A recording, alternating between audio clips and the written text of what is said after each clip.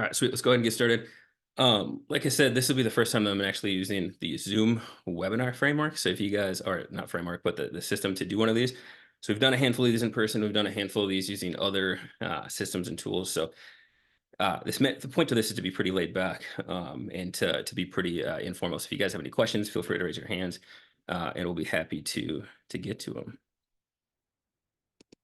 So first of all, thank you guys for spending your Friday afternoon with me. I appreciate it. It could be a lot of places, but you're here right now, so I appreciate it. If you're watching on Sunday recording, well, happy Friday, Saturday, Sunday, Monday, whatever it is to you. So we're here because we do a little thing called the Wealth Builder Circle, which is a monthly meetup slash mastermind where we talk a lot about real estate investing, financial independence, financial freedom, and kind of everything in between. Last couple weeks ago, in the middle of December, we did a goal setting discussion there and a goal setting not webinar, but goal setting class there, and had 38, 39 people there. Had a really good conversation, got a lot of good feedback, and had a lot of people sitting there planning goals and planning the execution plan for their goals for 2024. So after getting that feedback, we decided to bring it a little bit more towards the masses, right? So put it on a webinar, basically take the same framework that we talked about and bring it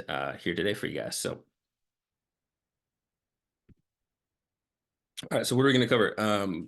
Really, it's kind of it's about setting the goals, and more importantly, about setting the goals is the execution and the kind of the game plan to get those done, right? So we've got a handful of things that we'll cover. GSD framework, you guys may know what that stands for, but getting stuff done to not just set goals, but then to execute them, right? Because we got a whole lot of people who set goals and then actually don't do anything with them, right? So if you guys saw any of the videos leading up to this, there's a whole lot of statistics out there, but it's something around the lines of like 9% of people who actually set New Year's resolutions, move forward towards the end of the year and actually accomplish them. Even worse, it's like 44, 45% of people who actually get to the end of January and have already tossed in the towel on those, right? So that's not something we want to do. So we're going to put not just set the goals, but put a little bit of framework behind on how to execute them. So we're going to work on a vision exercise, which is one of the most important steps of setting goals. We're going to create metrics on how to track progress and do it the right way. Talk about a little bit of a scorecard aspect to it. And then the accountability, which is probably one of the most impactful parts of setting goals and actually making progress on them. And I don't claim to have an original thought in my head. This isn't anything that I came up with. These are over the last decade of me setting goals and making progress on them. I've been taking things from different books, different influencers, different people that are just crushing it in business and life, and pulled things that I've liked and kind of got done away with things that I don't like. So I challenge you guys to do the same. If there's things here that you like that you want to incorporate into your goal setting routine, if you will, feel free to do so and ignore everything else that doesn't resonate with you. But this is over the last decade of doing this is kind of what has resonated with me and what I've found success with. So a quick, 10-second background on myself. My name is Mike Mo. Like I said, we do a monthly meetup called the Wealth Builder Circle. But before that, I was climbing the corporate ladder and thankfully had my position eliminated. Not thankfully, but I ran into a position where my position did get eliminated, and it forced me down a different path in life. Forced me down a path of finding bigger pockets, financial independence, financial freedom, and super thankful for that. So I stumbled on that, and kind of everything has changed since then. I left the corporate world a handful of years ago. I do real estate full time now. I've got my real estate holdings at about 129 units from a duplex to apartment complexes, and have purchased those through a handful of different partnerships, joint ventures, personally myself as well, and handful of different strategies and markets. But also a licensed realtor, which ironically enough, or not ironically, help investors primarily find 2 to 4 unit properties here locally in the Twin Cities area as well. So that's 10 seconds about me, but why are we doing this? So this is something that when we're talking about goals and we're talking about doing some things that are a little bit harder than the normal, right? So the normal is just waking up, going to work, waking up when you're 65, and hopefully you save 10% of your income, and you got, maybe $1 million or $1.5 million to retire on. And we all know like that's not the most fantastic and glorious life, but nonetheless, why we're doing this now is because we want to get in this process of digging the well before you're thirsty. So doing the things that you need to do to have the things that you need to have before you actually need them. So what I mean by that is, if you think about kind of my story of when I ran into work one day and was told I didn't have a job. That was a super weird situation, right? Had a 3 month old at home, had a girlfriend at the time. Now my wife was at home on maternity leave with them. And like most people, we didn't have any investments. We didn't have passive income, had a couple $1,000 in the bank, and now we didn't have a job, right? So it was super weird. And it was a position where I didn't ever want to be in.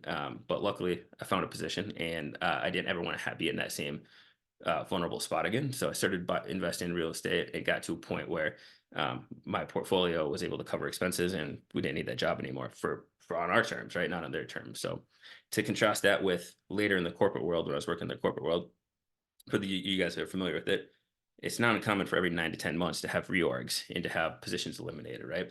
Going through that, when I had a portfolio on the back burner that could cover all of our expenses, the power dynamic shifted between myself and my employer to me, right, and not my employer. Because if that happened at that point in time, it was big deal, right? It wasn't that big of a deal to me, which was a very big difference between the first time it happened, 10 years ago. So nonetheless, we want to dig our well before we are thirsty and start doing the things when it may not necessarily seem necessary to do them. So that's how a lot of people get into real estate investing and financial independence, is they're forced to. Hopefully you're doing it a little bit smarter and doing it before you actually need it.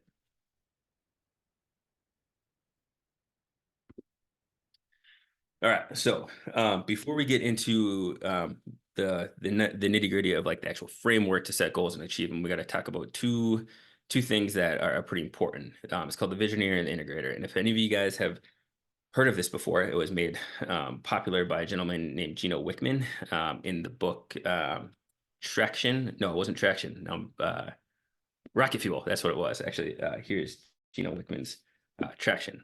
This was from Rocket Fuel, but essentially what it is in any business, there's two roles, right? There's the visionary and the integrator. You can probably, from the pictures, get an idea of what these two roles are. The visionary, the person who's got the pictures, the big picture ideas, the vision for where the company is going to go, 3, 5 years from now, and has that super crystallized and very clear on where we're going, right, from a company perspective. And then you have the integrator, the person who maybe doesn't care about the big picture, gets too bogged down with the bigger picture, but just likes to get stuff done, likes to show up, check boxes off a checklist, and move things forward, move projects forward, get people going, get people working together, and get things rolling, right? So those two roles are critical in any major company. But why do we talk about it here when we're setting goals is because as you are moving towards your goals, whether it be personal finance, building a real estate portfolio, or life in general, like you want to think of yourself as a well-oiled company, right? So like you want to play both of these roles. And when you're a single person starting out, or even an individual person with personal goals, like you've got to play both of these roles, but you have to balance them. So what I mean by that is you've got to have a clear vision for where you want to go, but then you've also got to put on your integrator hat, and you've also got to get stuff done.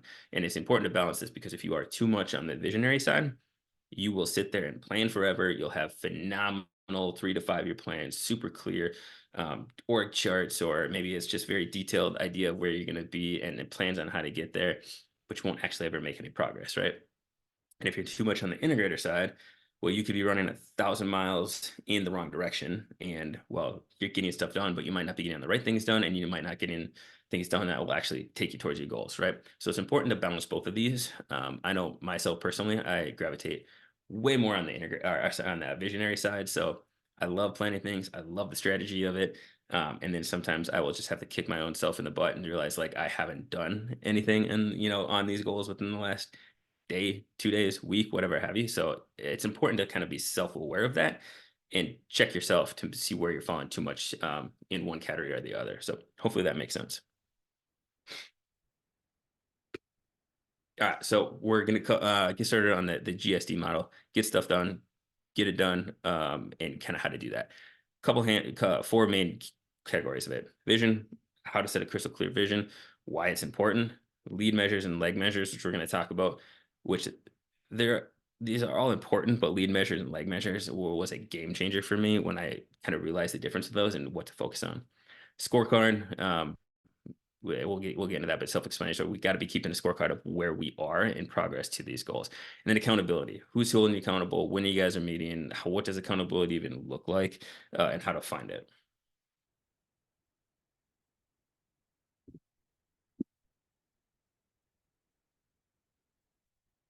All right, So why is vivid vision important? Well, the biggest thing is it gives you decision making clarity, right? So it's easy to look at 3 years and say, wow, that'd be really cool. I want to be there.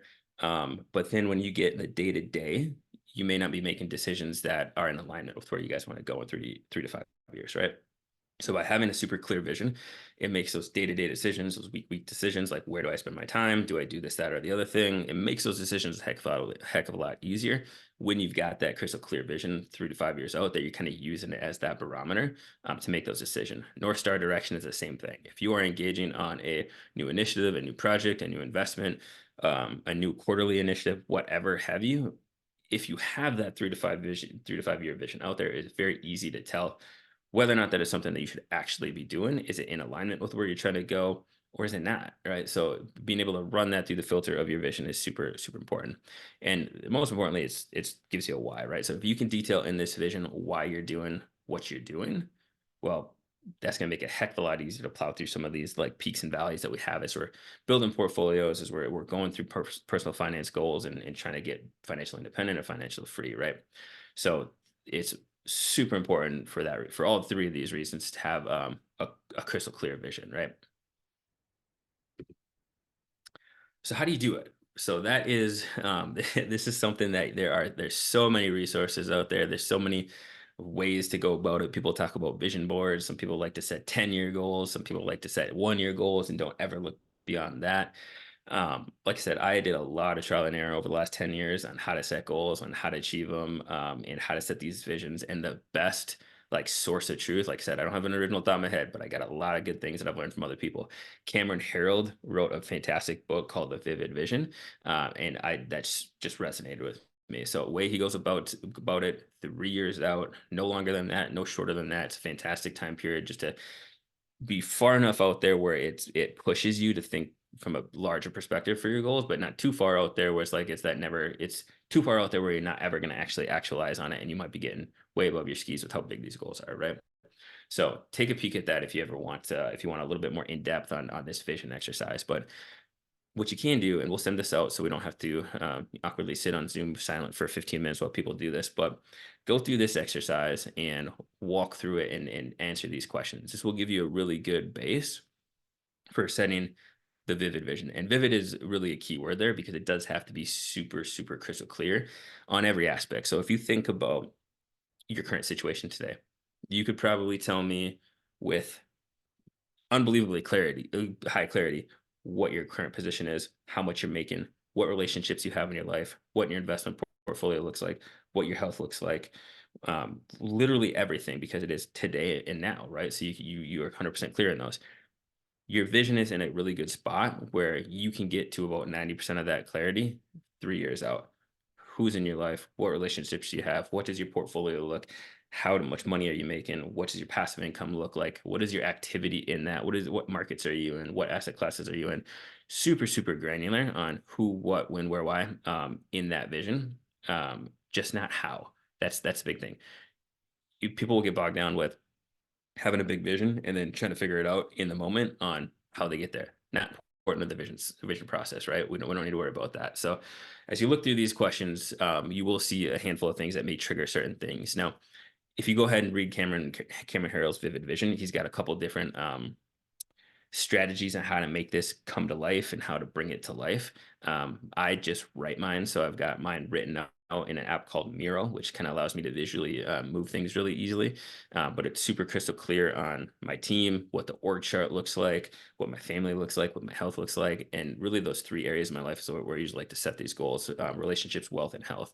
You do it however you want, but make sure it's as crystal clear and as detailed as you possibly can. And then um, some people will also do something like vision board, which is fantastic. It's just kind of a visual representation of your goals as well. I don't think it's enough on itself. Like I think you could do a vision board, but you've got to have this other exercise a little bit more detailed from a written perspective to really get the clarity that you need on it.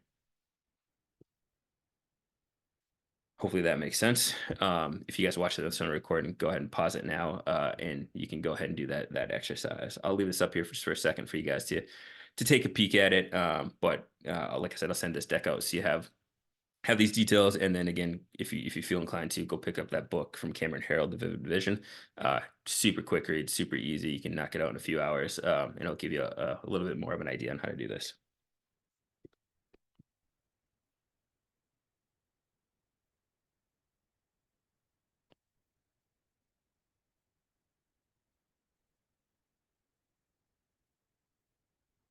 Tim, that app is called Miro. Miro, I believe. Let me see. Yeah, Miro, free. It's a super cool like whiteboarding app, but like I just can brain dump on that and then kind of maneuver the text and do process flows and things like that. Super cool. Miro, and it's free.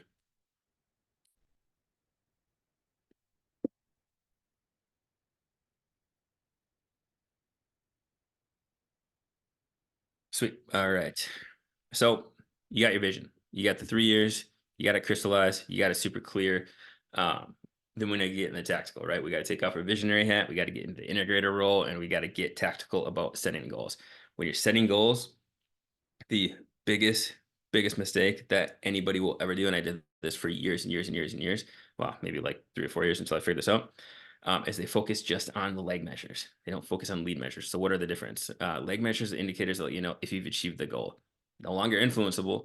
They're indicative of past results, right? So I hate doing the weight loss analogy, but it is literally the easiest from a cause and effect and goals perspective to kind of to pull this through.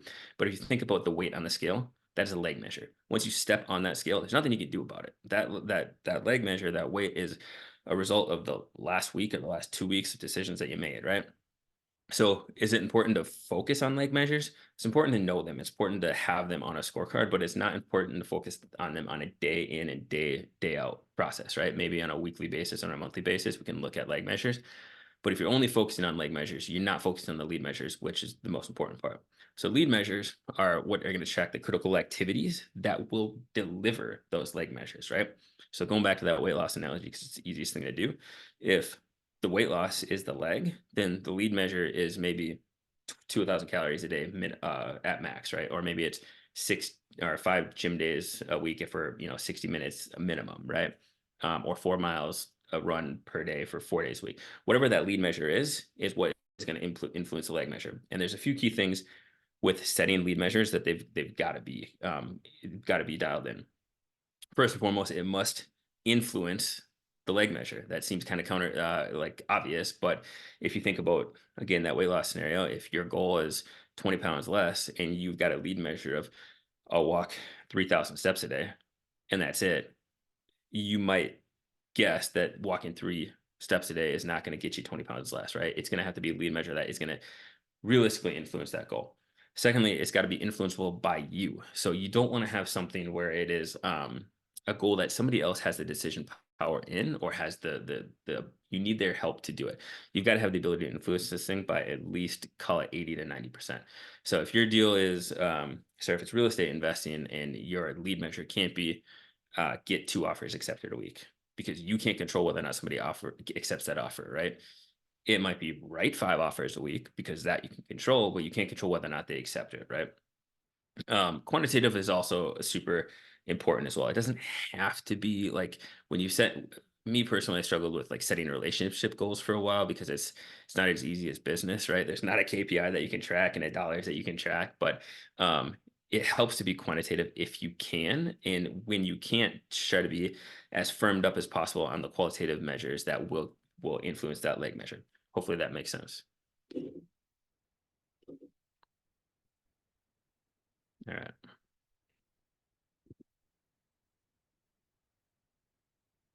Here's a quick example to just kind of bring it home. Lead measures on the left, leg measures on the right. And, the weight loss, like I said, is the easiest thing. So if you've got a leg measure of 15 pounds weight loss, your lead measure is maybe 5 workouts a week, and that's less than 2,000 calories a day, 80 ounces of water a day. If you've got a goal of closing one deal, as where a lot of us are real estate investors here, then maybe that is your leg measure, but your lead measures are 5 deals analyzed per week, 1 offer written per week, 5 conversations a week around real estate. Maybe that's with partners or with capital partners or with sellers or things along those lines, right? If you get a goal of doubling your social media following, maybe it's 5 posts a week, 10 comments a week on other people's posts, and 30 minutes of research on trends per week that are trending in social media that will help you on that goal of doubling your social media following. And then lastly, relationship improvement. That's kind of a squishy goal. And like I said, that is one of those things where like I struggled for a little bit because it's hard to have like how do you measure that? Like how do I measure whether or not my wife and I have a better relationship or I don't? That's tough, but there are things that if you know will improve that over time, then you can put those as lead measures, right? So this is literally my lead measures and leg measures, right? So 3 acts of service from my wife a week, weekly date nights, weekly calls to my parents, because those are relationships that I want to make sure that are improving. So they don't always have to be quantitative, 5 offers, 5 gym workouts a week, whatever, but it helps to have things that you can at least check the box in it. There's no gray area whether or not you did them. So, all right.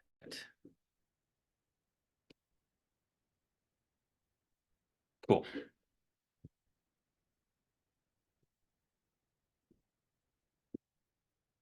Scorecards. All right. Scorecards is it really is a game changer, right? So people don't think of scorecards in the personal goals as being very important. A lot of times it doesn't even come to them that they should have this, right? But if you think about this, every great teams know at every moment whether or not they're winning, and they also know what they need to do in order to win. So that's a quote by Chris McKenzie, Four Disciplines of Execution, which really hammers in the scorecard and the lead measure and leg measure. It's a great book, so pick that up if you want. Pretty in depth, pretty thick, but it's a fantastic read. Um, so scorecards, right? So if you think about like a sporting event, I just got back from the Vikings Packers game a week ago on New Year's Eve. It was a terrible game. We lost, but like think about that. Would you actually go to a game if they didn't have the score visible?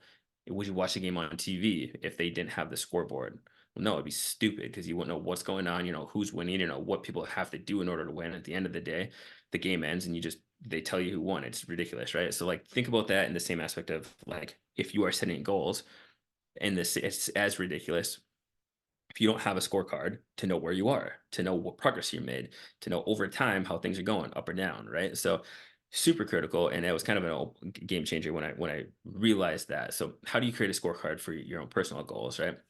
um First of all, it's got to be easily accessible, so something that you can update on a very regular basis that you have with you at all times. I'm looking for my remarkable because I've got mine on here because I don't ever really go without it.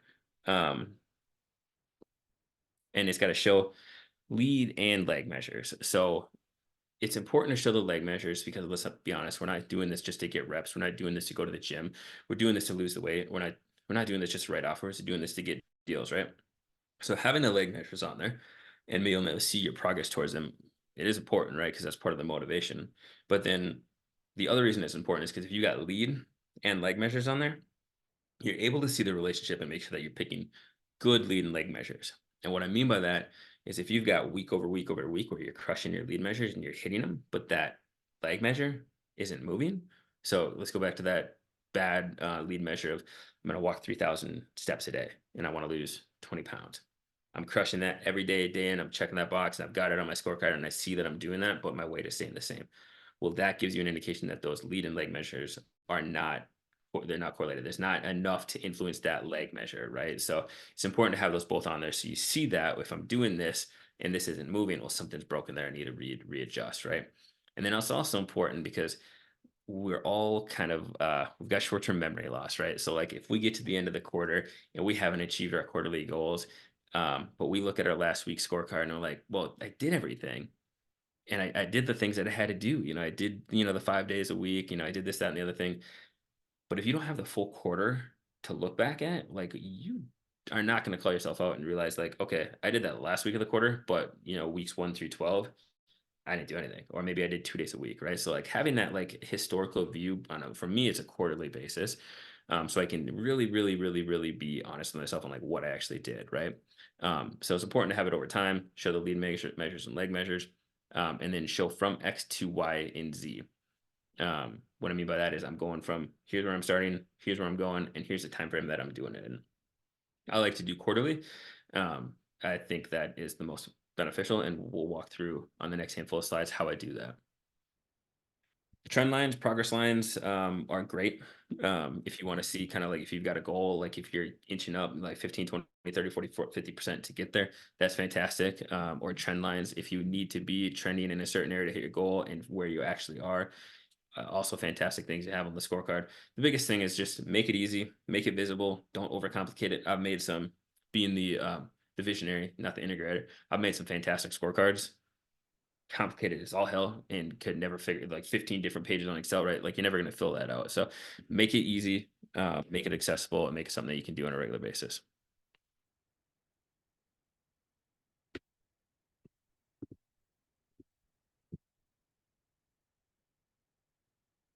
All right. Mapping out your 2024 Q1 scorecard. So if you think about the vision, the 3-year vision, the 1-year goal, like, so what do you have to hit in that 1 year to hit that 3-year vision? Breaking it down quarterly is kind of the next step, right? So if you put together a Q1 scorecard, one, what does that end result, that lag measure need to be in Q1? What are those lead and leg measures that need to be on it? And then how will you track the completion over time? What tool will you use? Where will it be located? How are you updating it? How often are you updating it? And what are you currently in each of these leg measures? Where are you currently? Where's your current weight? Where do you want to go? How many offers are you currently writing? How many do you want to write? What's your portfolio currently at leg measure? Where do you want it to be? Right. So make sure that you've got all those on there. You can see some examples here of the scorecards that we've used. So we've got the Wealth Builder Circle scorecard here. Happy to share this tool, and it's Excel tool that we give everybody in the Wealth Builder Circle. You can see mine, which is kind of a version of that. That is like a PDF of my Remarkable, and that's my lead measure scorecard, and then I've got the leg measures on the next page over. But that is how I track my progress. But map out your scorecard for Q1 and make sure that you've got all those things on there: lead measures, leg measures, where you're at currently, how often you're going to do it, how often you're going to check in. Really, kind of the rule of thumb that I like to do, and for the check-ins is I plan everything on a weekly basis. So Sunday morning is when I'm planning everything for the week. The rocks or the leg measures and the lead measures that I have to get done, and then I'll take 5 minutes in the beginning of the day and 5 minutes at the end of the day every day to say what are the critical things that have to get done to hit that week goal. And then obviously we know if we hit that week goal, it's going to hit that quarterly goal and so on and so forth, right? So 5 minutes at the beginning of the day, it doesn't take a whole lot of time. And then 5 minutes at the end of the day to did you actually do the things that you said you were going to do? That daily thing was also a pretty big game changer for me. I did weekly for a long time, but what I realized is like the week started out really good. Monday, Tuesday, Wednesday, sometimes into Thursday, Friday, Saturday dropped off pretty dramatically, and sometimes it was even sooner than that. And I didn't get that feedback until the following Sunday when I did my weekly planning. Right, with a 5-minute check-in at the end of the day on a daily basis, you can get super quick feedback on, hey, I just shit the bed today, or I sucked, I didn't do any of this stuff today. Be a little nicer to yourself than that, but um, it gives you more immediate feedback than waiting a full week. And then that just allows things, it stops things from going in a day-to-day basis, right? It allows that one miss to slide into 2 or 3. So it's literally 10 minutes a day, 5 minutes in the morning, 5 minutes in the evening. And it was a big difference maker for me.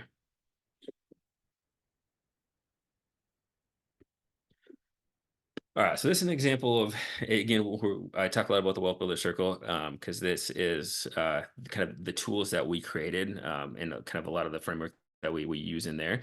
But this is kind of an example of what those annual goals could look like. Just you can put in any format you want, but here's a good kind of some questions and kind of some things to think about and how to break them down.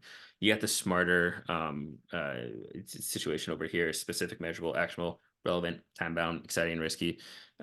Some things to keep in mind when you're setting goals, and then habits and things along those lines that you'll have to implement in order to reach them. So again, this isn't meant to be like super prescriptive. You don't have to take this and fill it out exactly and have this be your thing. Like I did, take what you like, ignore what you don't, and kind of create your own thing if that's more your style as well.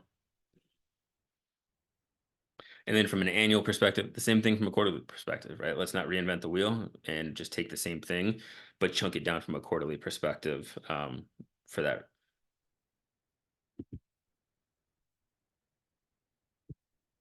And you guys can see that this is you can have a little bit of the leg and the lead measure, right? So legs, you can put some of your leg measures here, and then you could use something like um, this guy to track like the day-to-day lead measures, right?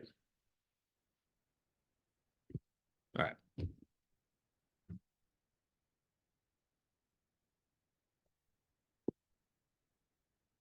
So the last part of the framework, after the scorecard, is social accountability. Like this is not, this hasn't really been a new thing, right? This is something that over the last handful of years has gotten a heck of a lot more popular with meetups, masterminds, and whatnot.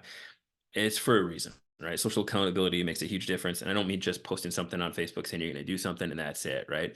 It is more about having other people that you can help hold accountable and that will hold you accountable, right? And there's some stats and the research is pretty obvious on this where you're 65% more likely to achieve your goals if you make a commitment to somebody else, 95% if you set a deadline and share regular progress.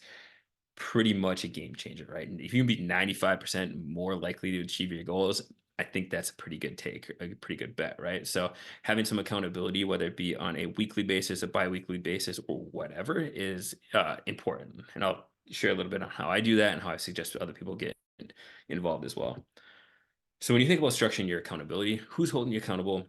Who are you holding accountable, I should say, and then who is actually doing the same for you? Like it is a two-way street, and that's kind of the fantastic thing about some of these relationships is you really get to know somebody, you really get to know what they're trying to do, why they're trying to do it. You can call them out on the things that they're not doing and the things that they should be doing, and then they can do the same thing for you, which is phenomenal.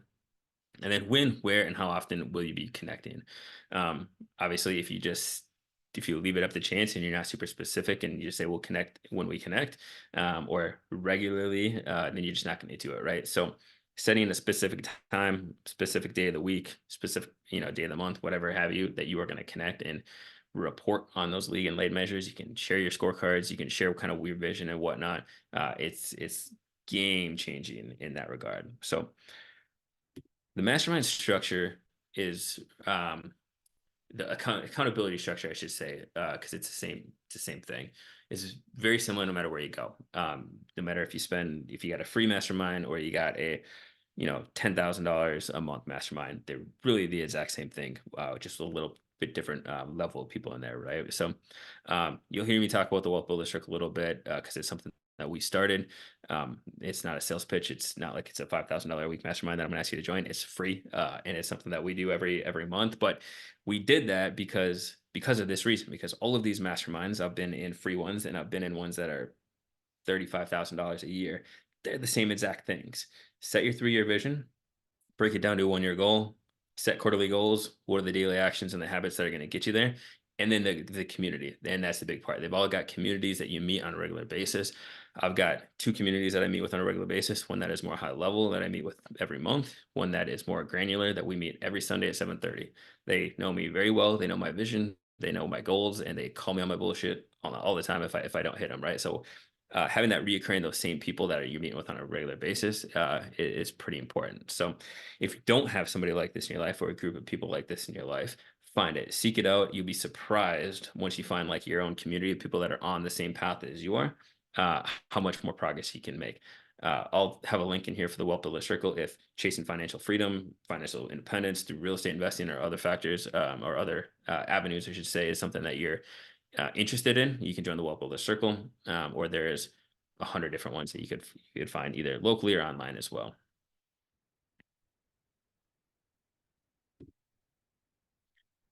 And here's kind of an example of the weekly check-in, right? So a lot of times people, when you've got an accountability group that you meet with on a regular basis, mine is pretty simple. Once a quarter, we go through our quarterly goals or quarterly one sheets as we call them.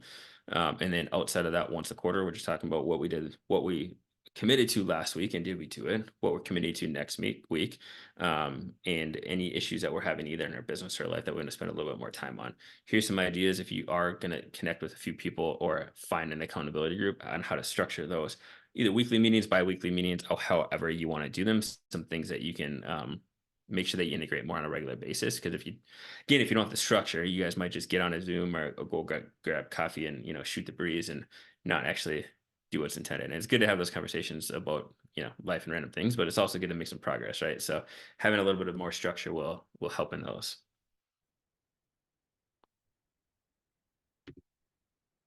All right, here's a QR code. If you want to join the Wealth Builder Circle, like I said, this is a free mastermind. And it really wasn't the intent of this webinar to get people to join Wealth Builder Circle. Like I said, we did this a couple weeks ago for the Wealth Builder Circle, and we got so much good feedback that we wanted to bring it to more people. We thought it could be useful content for other people, but nonetheless, the Wealth Builder Circle is that accountability group. We do have those tools that we give for free for the habit tracker, the goal planning, annual and quarterly goal planning, and then once a month we meet up in person and talk about either a specific real estate topic or whatnot, to really help people move forward. But the biggest thing is community. The biggest thing is you're partnered with 4 or 5 other people that are on the same path as you, that are trying to achieve financial independence, financial freedom through real estate investing, or other investment vehicles, right? Hotels, small businesses, stocks, whatever. So more than happy to have you guys join if you want. If not, hope you got some good information out of this, and hopefully you can use either the vision exercise, the lead leg measures, or the scorecard, to make a little bit more progress and make a little bit put a little bit more meat around your goals, and not be that 9% who gets to the end of the year and doesn't do it. So hopefully at least make it past January, not the 46% there, but that's it. So I know we weren't going to spend 90 minutes on this, but I wanted to have just a little bit extra time in case we needed it. That is everything I had. So I will stay on here just, I don't know, good 5 minutes later. If you guys ever have any questions, I can unmute you. You can throw your hand up and I can unmute you, or just throw it in the Q&A. But I appreciate you guys taking the time on a Friday afternoon to go through this with me, and reach out if you got any questions.